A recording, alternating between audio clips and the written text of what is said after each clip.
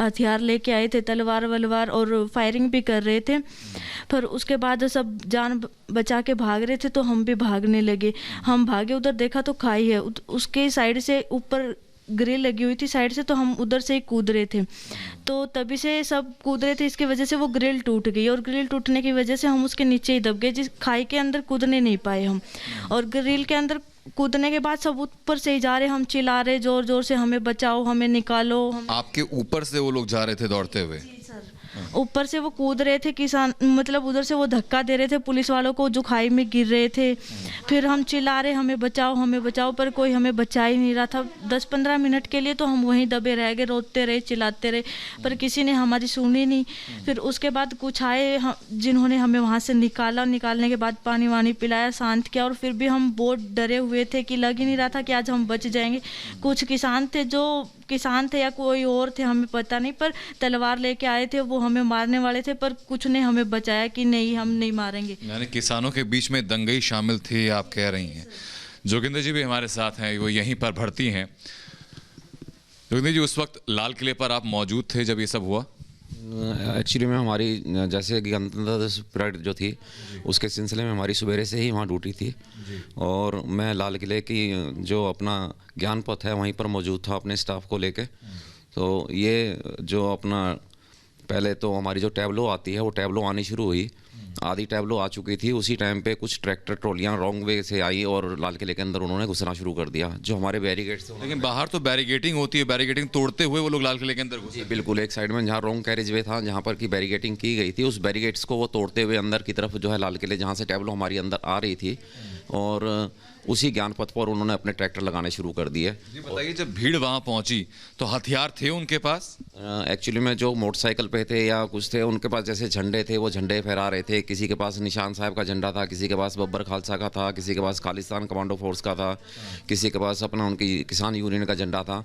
लेकिन वो झंडा जिन डंडों पे उन्होंने लगा रखा था वो डंडे बहुत मोटे थे, ताकि उनका इस्तेमाल जो है एट ए टाइम पे वो कर सकें। और कई बिल्कुल उनके पास तलवारें भी थी। पुलिस वालों पर तलवारों से, भालों से हमला किया उन लोगों ने? हाँ बिल्कुल किया, क्योंकि जहाँ पर मैं मौजूद था उस टाइम पे वो सारे रैंपट पर चढ़ गए, कम से कम हज़ारों की संख्या में रैंपट पर पहुँच गए।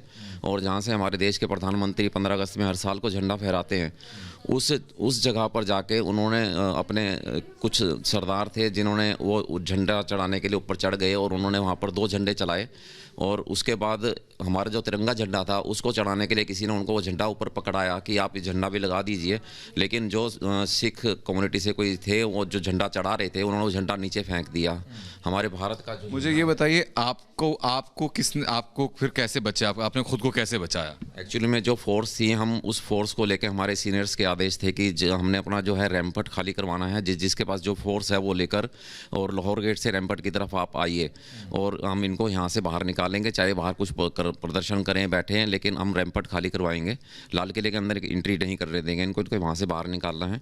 हम अपनी फोर्स को लेकर लाहौर गेट की तरफ जब जा रहे थे, सारी फोर्स, मेरे साथ 2 CRP की कंपनियाँ थी, तो उनको लेके जैसे ही हमारे DCP साहब के आदेश थे कि इनको लेकर आना है, और जो हमारे QRT टीम है, एक्सरे टीम है, इनको सबको लेकर पहुंचना है, तो सारे अफसर उनको लेके जा रहे थे।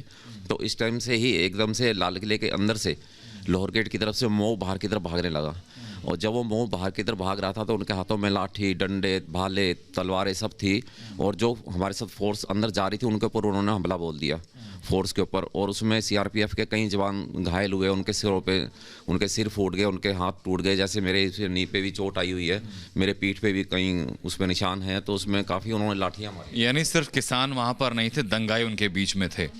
ऋतु, मैं ये जानना चाहूँगा कि हमने तस्वीरें देखी जिसमें कि जो पुलिस के जवान है वो खाई में कूदते हुए दिखाई दिए थे लाल के, तब क्या हुआ था? सर तब वो वहाँ से पत्थर लेके और तलवारें लेके हमारे पीछे पड़े हुए थे जब मार रहे थे सब, तो तब इसीलिए वो अपनी जान बचाने के लिए पुलिस वाले खाई में कूद रहे थे, और कुछ को धक्का भी दिया जा रहा था वहाँ से।